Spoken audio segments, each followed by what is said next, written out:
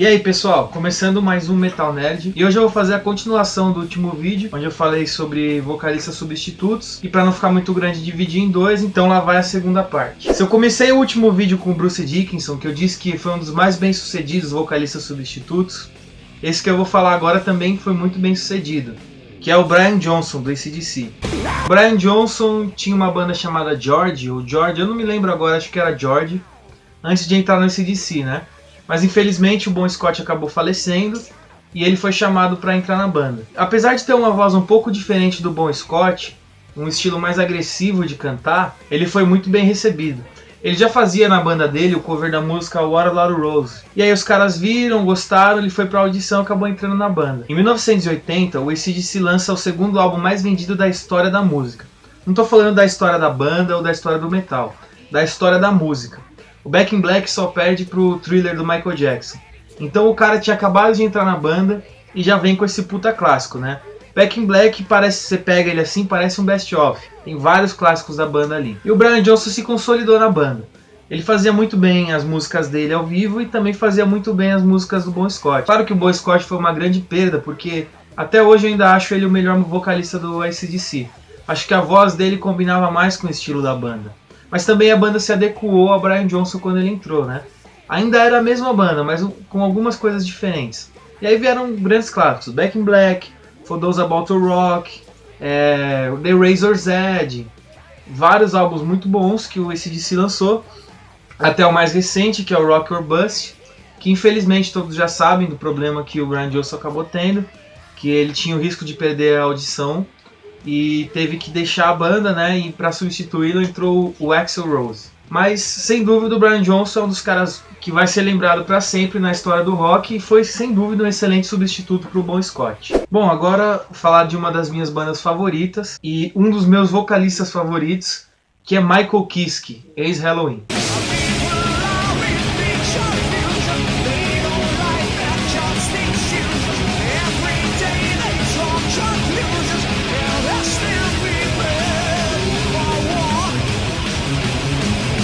Bom, o Michael Kiske, todo mundo conhece também, é uma das maiores vozes do metal, o cara que praticamente inventou aquele jeito de cantar, que popularizou aquele jeito mais agudo e limpo de cantar, né? E ele entrou substituindo o Kai Hansen no Helloween.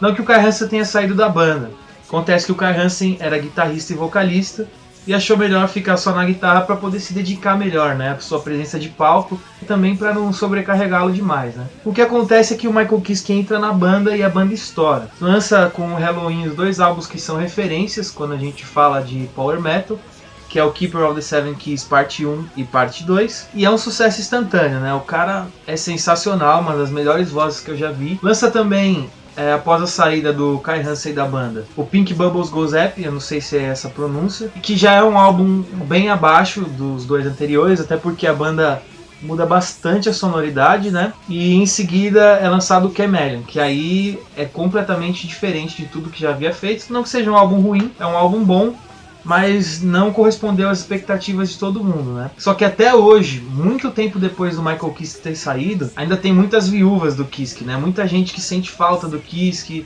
que diz que ele é o melhor vocalista do Helloween. Sem dúvida eu concordo que tecnicamente ele é o melhor vocalista que o Helloween já teve.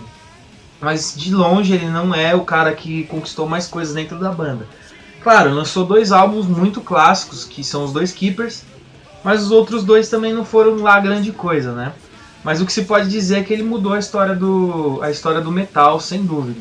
Saindo do Helloween ele teve carreira solo, teve o Super Red, que é um projeto de um álbum só, que eu achei bem fraco para o que ele pode oferecer, né? Ele volta a trabalhar com metal no primeiro álbum do Avantasia, o Tobias Sammet convence ele a voltar a trabalhar com metal, que ali também só sai coisa boa, que são os dois Metal Opera, depois os Carrie Crow, e até hoje ele grava com a Avantasia. E mais recentemente o Unisonic, né, é o trabalho de mais destaque que ele tem, junto com o Kai Hansen novamente, que também deixou o Helloween, né, várias participações em outros projetos, já cantou junto com o Gamma Ray, e com o Ed Guy, e com várias bandas diferentes, tem um projeto com a Amanda Somerville, com certeza um cara muito importante.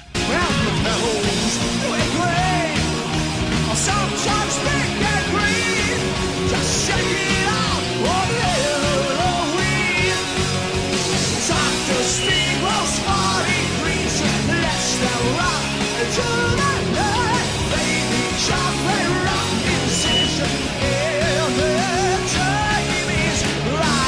Mas se eu disse que eu acho que tá longe do Michael Kiske ser o cara que mais conquistou coisas com Helloween, é porque, na minha opinião, o cara que mais conquistou coisas com Helloween é o vocalista atual, que é o Andy Darius.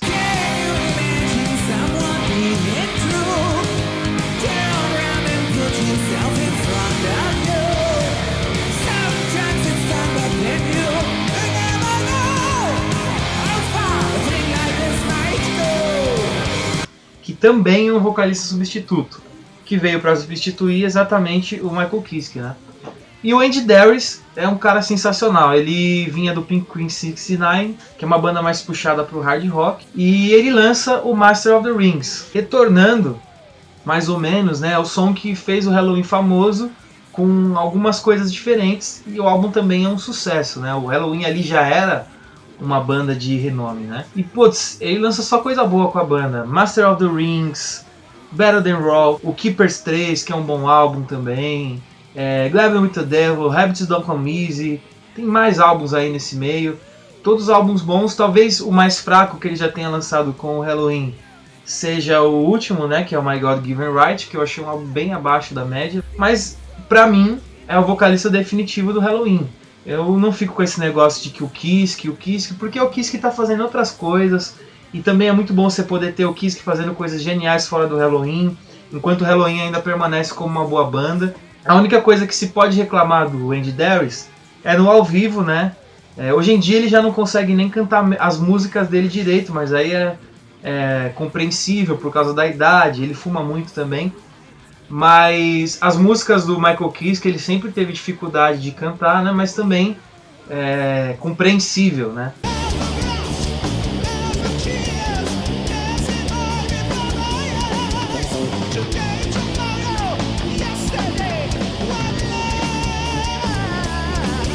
E muitos reclamam, acham que ele não deveria cantar, mas putz, você não vai no show do Helloween, não vai ouvir I Want Out, Dr. Steen, Future World, são músicas essenciais, né? Que o Helloween tem que tocar, senão os fãs ficam muito bravos. Mas o Andy Darius, pra mim, é um dos melhores vocalistas aí, em seu auge, foi um dos melhores vocalistas das bandas de metal.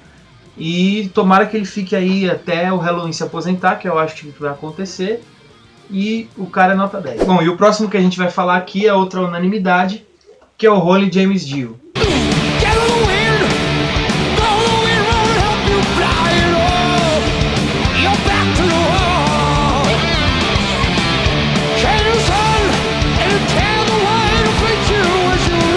Bom, o Ronnie James Dio dispensa apresentações, né? Acho que todo mundo conhece, um dos caras mais importantes da história do metal, que mais contribuiu. Inicialmente ele tinha uma banda chamada Elf, onde eles lançaram dois álbuns até interessantes. Bom, e aí ele é convidado pelo Rich Blackmore pro Rainbow. O Rainbow que também é uma grande banda aí, com muita fama. E aí o Ozzy acaba tendo aqueles problemas com drogas que todo mundo já sabe, e é demitido do Black Sabbath. E agora, quem que vai substituir o Ozzy? O Black Sabbath, uma banda tão icônica, a banda que criou o heavy metal, praticamente criou o heavy metal, né? Precisava de um cara sensacional à altura do Ozzy para tomar o front da banda. E aí eles decidem chamar o Ronnie James Dio. Bom, o que acontece é que eles lançam o Heaven and Hell, que é um dos álbuns mais clássicos até hoje, e ele é aceito instantaneamente pelo público. O Ronnie James Dio é inquestionavelmente melhor vocalista do que o Ozzy, canta muito mais do que o Ozzy, apesar deles serem muito diferentes no estilo de cantar. Ele se encaixou perfeitamente na banda, tanto nas músicas em que ele participou da gravação e da composição, quanto interpretando as músicas que o Ozzy cantava, né? Interpretava de uma maneira diferente, da maneira dele, mas fazia muito bem. Shadows gathered in their masses, just like witches at black masses. Evil minded plot destruction, sorcerers of death construction. In the fields the bodies burning, as the war machine keeps turning.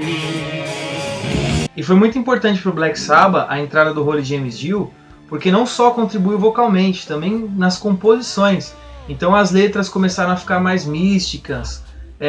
Tudo aquilo que ele trouxe do Rainbow para o Black Sabbath foi muito importante. A sonoridade da banda mudou um pouco também, você tem uma pegada mais...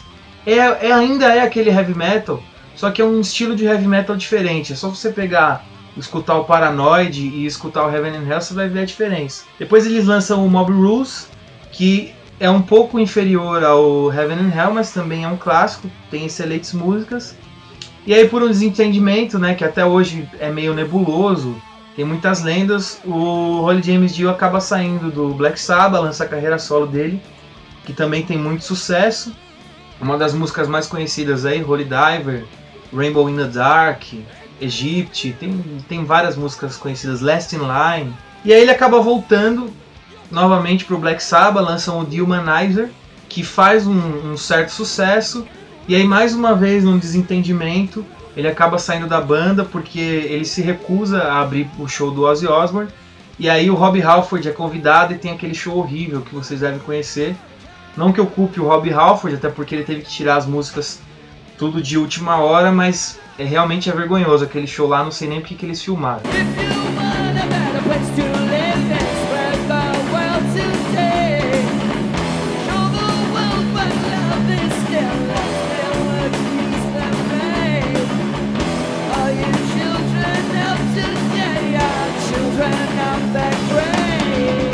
Como o Ronnie James Dio saiu do Black Sabbath, o Black Sabbath precisava de mais um vocalista.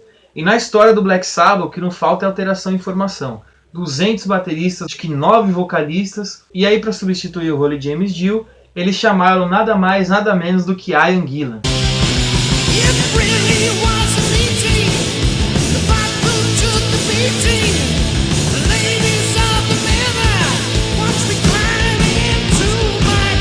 Que é outro vocalista importante também na história do rock, que era vocalista do Deep Purple. Inclusive no Deep Purple ele já era substituto, foi o segundo vocalista da banda. E aqui no Black Sabbath ele entra e eles lançam o Born Again.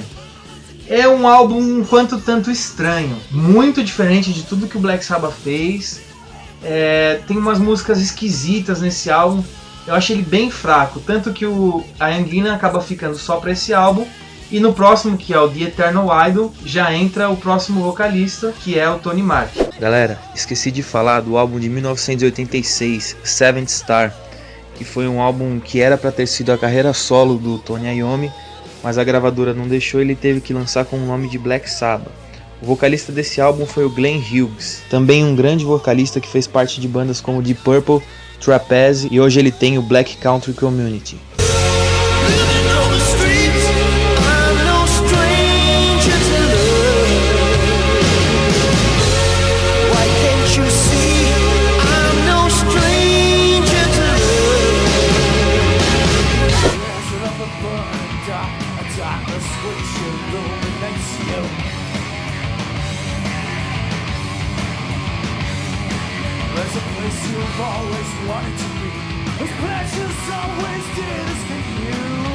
Bom, o Tony Martin é um vocalista excelente, não tão bom quanto o Ronnie James Dio, mas também um vocalista excepcional, tem um timbre parecido com o do Dio, e aí a banda muda muito a sonoridade, acaba se tornando um hard heavy.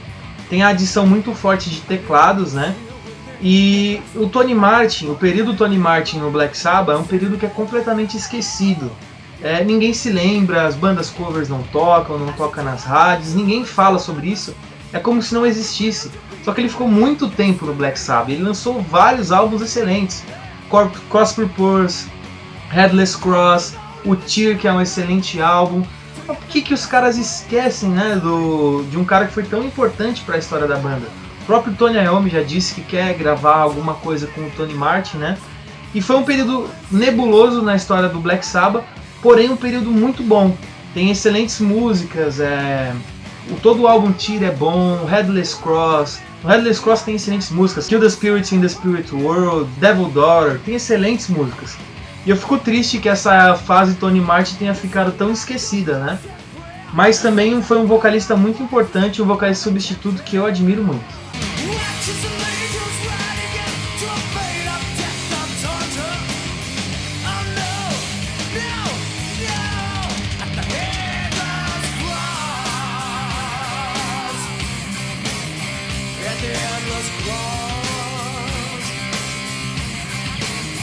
Bom, e esses são os vocalistas substitutos. Claro que tem vários outros caras muito importantes, como Joey Belladonna no Anthrax, tem o Sammy Hagar no Van Halen e uma porrada de gente também. Só que não dá pra falar de todo mundo. Então, por enquanto são só esses. Se vocês gostarem, talvez no futuro eu traga uma parte 3 dos melhores vocalistas. Mas por enquanto fica só nesse. Como é de praxe, todo final de programa eu indico um HQ. E hoje eu vou indicar pra vocês Os Julgamentos de Loki, da Marvel Comics. Bom, essa HQ aqui é uma HQ bem interessante.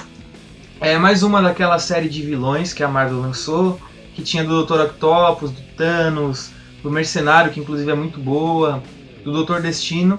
Essa aqui foi mais uma delas, só que essa aqui se destaca demais, cara. Inclusive eu acho que é a melhor, talvez competindo aí com a do Mercenário. Bom, aqui você tem uma história muito mais calcada na mitologia nórdica do que na mitologia Marvel, né? Mostra a visão do Loki de várias histórias nórdicas. Quem gosta de bandas que abordam esse assunto, como Rhapsody, Manowar, outras bandas que abordam a cultura nórdica, bandas de Viking Metal, vai gostar muito dessa HQ aqui. Recomendadíssima. Ela é escrita por Roberto Aguirre Sacasa e os desenhos são de Sebastian Fiumara e Alba Rionevo. Sensacional, vale muito a pena ler isso daqui, tá, galera? Bom, por hoje é só. Se você gostou, deixa o like, compartilha, se inscreve no canal para não perder os próximos vídeos. E até a próxima, galera. Valeu!